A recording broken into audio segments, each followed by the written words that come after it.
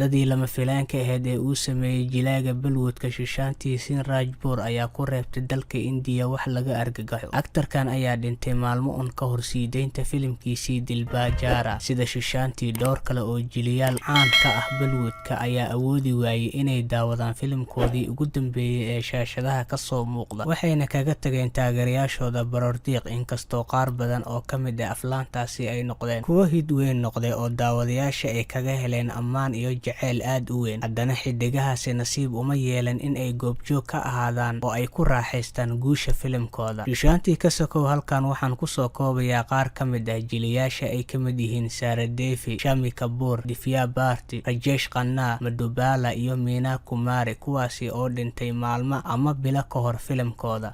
Sushant Singh Rajput wuxuu sababsaday gacantiisa 14 Juun, maalmo ka hor inta aan la sii daynin filimkiisii Dilbajara. Filimkani oo horey loo qorsheeyay in tiyaatarada la saaro bishii May 2020 ayaa dib u dhacay, sababtuna tahay cudurka COVID-19. Si kastaba ha noqotee, filimka ayaa la sii daayay bishii Julaay 24-keedii 2020. Mid ka mid ah atriishooyinka ugu caansan Bollywoodka, Sara Devi, ayaa u geeriyootay dhacdo naxdin leh 24 Febraayo 2018 hotel ku yaala Dubai, halkaasi oo ay u tagtay aroos wiilka ay eedo uga aadanayd oo ka socday qoyska ninkeeda, kaasoo lagu magacaabo Mohit Marwa. Sara Devi waxay kasoo muuqatay filimkii soo jiidashada lahaa ee Zero oo ay jilayeen Shah Rukh Khan, Anushka Sharma iyo Katrina Kaif.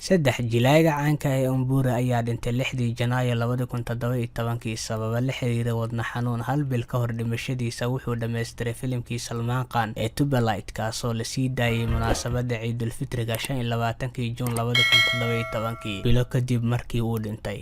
Rajesh Khanna, superstarkii ugu horeeyay Bollywoodka ama superstarka asalka ah sida loogu tixgeliyo taageerayaashiisa, ayaa xukumayay Bollywoodka muddo ka badan 30 sannadood ka hor inta aan laga helin cudurka kansarka oo u dhintay 18 Julaay 2012. Kadib dhimashadiisii, filimkiisii Riyasad ayaa la sii daayay 2014.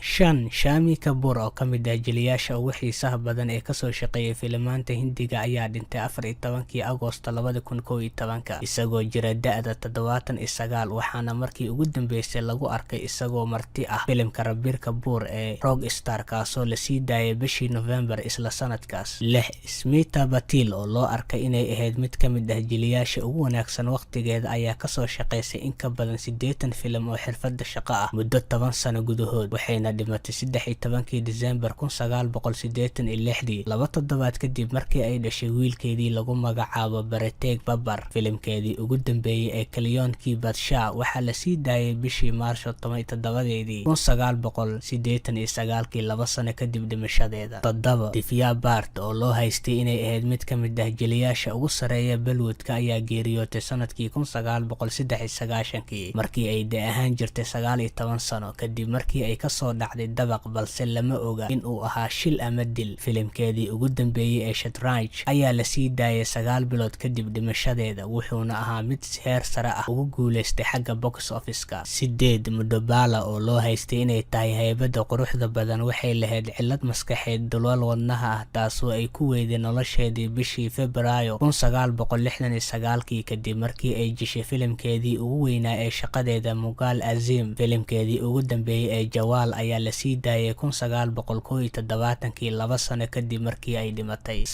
Meena Kumari, waxaa loo yaqaanaa musiibada boqorada shineemooyinka Hindiya. Meena Kumari waxaa lagu tiriyaa mid ka mid ah jiliyaasha ugu waaweyn ee kasoo muuqday shaashadaha filimaanta Hindiga, maalmo kadib markii la sii daayay mid ka mid ah filimkeedii ugu guulaha badnaa ee Bakisa. Meena Kumari si xun ayay u xanuunsatay, waxayna dhimatay 31 bishii Maarso 1972, waxayna u dhimatay cudurka beerka ku dhaca iyadoo da' ahaan jirtay 38 sano. Filimkeedii ugu dambeeyay ee Komti Kinari ayaa la sii daayay 1972 geerideeda kadib.